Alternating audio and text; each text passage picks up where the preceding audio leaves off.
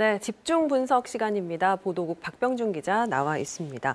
박 기자, 예상했던 대로 대전도시공사가 토지 매매 계약을 최종 해제한다고 오늘 통보했습니다. 네.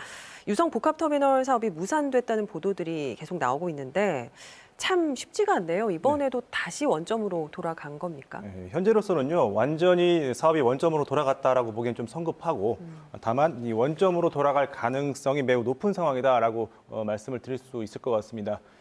대전도시공사는요, 이 사업 시행사인 KPIH와 크게 두 가지 계약을 맺었습니다.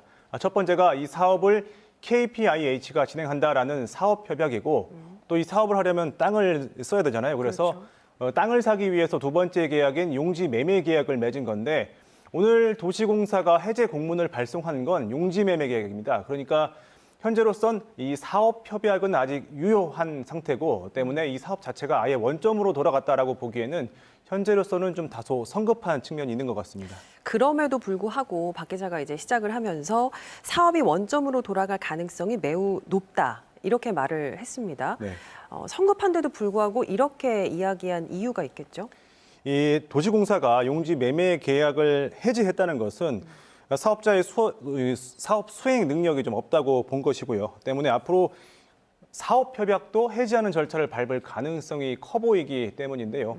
KPIH가 사업자로 선정된 게 2018년 5월입니다. 그러니까 벌써 2년이 지났는데 지금까지 첫 사업은커녕 구청에 착공계도 제출되지 않은 상태거든요. 네.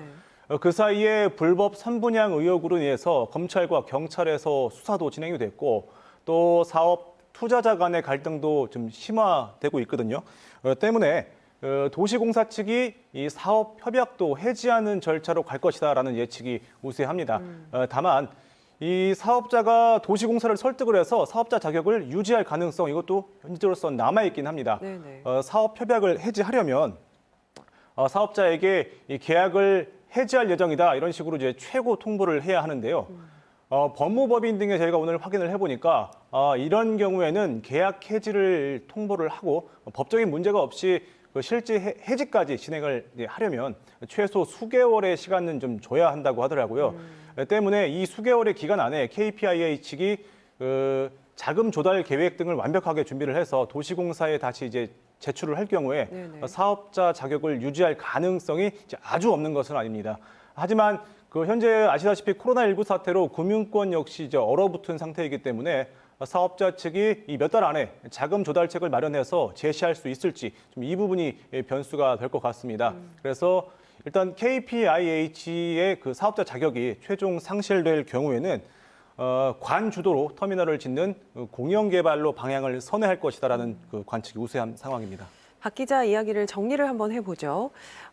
현 사업자가 사업을 계속할 가능성도 낮기는 하지만 여전히 남아있고 맞습니다. 그렇지 않을 경우에는 이제 공영 개발로 갈 것으로 보인다. 네. 네, 이런 상태인 건데 그렇다고 한다면 사실 시민들이 가장 궁금한 부분은 그렇게 해서 유성 복합터미널을 우리가 언제 실제로 사용을 할 수 있느냐 이거거든요. 그렇죠.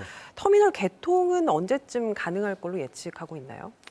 현재로서는 변수가 많기 때문에 뭐 딱 정확하게 언제다라고 예측을 좀 하긴 어려운데요. 다만 그동안 이 도시공사와 사업자가 발표해왔던 2023년 개통은 좀 사실상 불가능해 보이는 게 사실입니다. 예측되는 유성 복합터미널 사업의 진행 방향이 이제 크게 두 가지입니다. 첫 번째가 현 사업자가 자격을 유지해서 진행하는 거고요. 또 두 번째가 공영 개발로 선회하는 건데 먼저 그 KPIH가 다시 자금 조달 계획을 제출해서 사업자 자격을 유지한다고 한번 가정을 해볼게요. 이 경우에도 다시 용지 매매 계약을 맺어야 되고 또 이후에 착공 신고 같은 행정 절차까지 진행하는 데만 아무리 적게 잡아도 한 수개월 이상 소요가 되거든요. 네네. 그리고 이 건축 공사에만 한 37개월 정도가 걸리니까 행정 절차와 이 공사 기간까지 더해서 역산을 해보면 2023년 개통은 어렵다고 보는 게 현재로서는 또 합리적입니다. 그러네요. 또 두 번째로요, 공영 개발로 선회하는 경우가 있잖아요. 이 경우에는 사업은 안정적으로 진행이 되겠지만 시간은 이제 앞서 말씀드린 것보다 조금 더 소요될 것으로 예측이 되고 있습니다. 이 공영 개발은요, 대전시나 도시공사가 사업 주체가 돼야 되는데 이 경우에는 기본 설계는 물론 교통 영향 평가 같은 행정 절차를 처음부터 다시 밟아야 한다는 게 도시공사의 설명이었는데요. 또 이 세금이 쓰이는 만큼 예비 타당성 조사를 받아야 할 가능성도 있고요. 그래서 도시공사 역시 이런 이유로 공영 개발로 선회를 하게 되면은 당초 계획했던 2023년 개통에서 최소 2년은 더 그 지연이 될 것으로 보고 있습니다. 네. 그래서 결과적으로 이 공영 개발로 가닥을 잡는다고 하더라도 시민들은 앞으로 5년쯤 뒤에나 터미널을 사용할 수 있다라는 이게 계산이 나옵니다.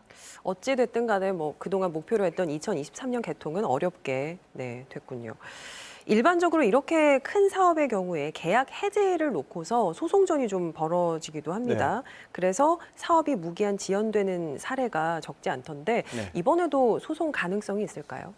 가장 우려되는 부분이 그 부분인데요. 이 사업 계약 그 해지를 놓고요. 현 사업자와 도시공사 간의 소송전이 벌어지는 상황이 바로 그건데 이미 복합터미널 사업은 2013년에 그 당시 사업자였던 현대 롯데 컨소시엄과 우선 협상 계약을 체결을 했다가 계약 과정에 그 문제가 생겼다는 게 그 이제 소송으로 이제 휘말려서 첫 삽도 못 두고 4년이나 시간을 허비한 전력이 있거든요. 때문에 이번에도 소송전으로 비화될 경우에 그 아무것도 못하고 또 수년을 더 허비할 가능성도 있습니다. 네. 실제로 제가 오늘 그 KPIH 측에 확인을 해본 결과 이미 법무법인 여러 곳과 소송과 관련한 자문을 받아놓은 것으로 좀 파악이 되고 있고요. 실제 소송전이 벌어지면 그래서 터미널 완공은 앞서 말씀드린 것보다 더 지연될 수가 있는데 이번 사업까지 포함해서 근 10년 동안 사업자만 3차례 바뀌었지만 사업은 제자리가 자잖아요. 네네. 그래서 이번마저 사업이 그 무기한 지연되고 그래서 시민 불편이 더 이어진다면 이 터미널 사업 하나 제대로 추진하지 못하는 대전시와 도시공사에 대한 비난의 목소리는 더 거세질 것으로 보입니다. 네, 10년을 기다린 대전 시민들 더 기다려야 되게 됐네요. 네, 박병준 기자 잘 들었습니다.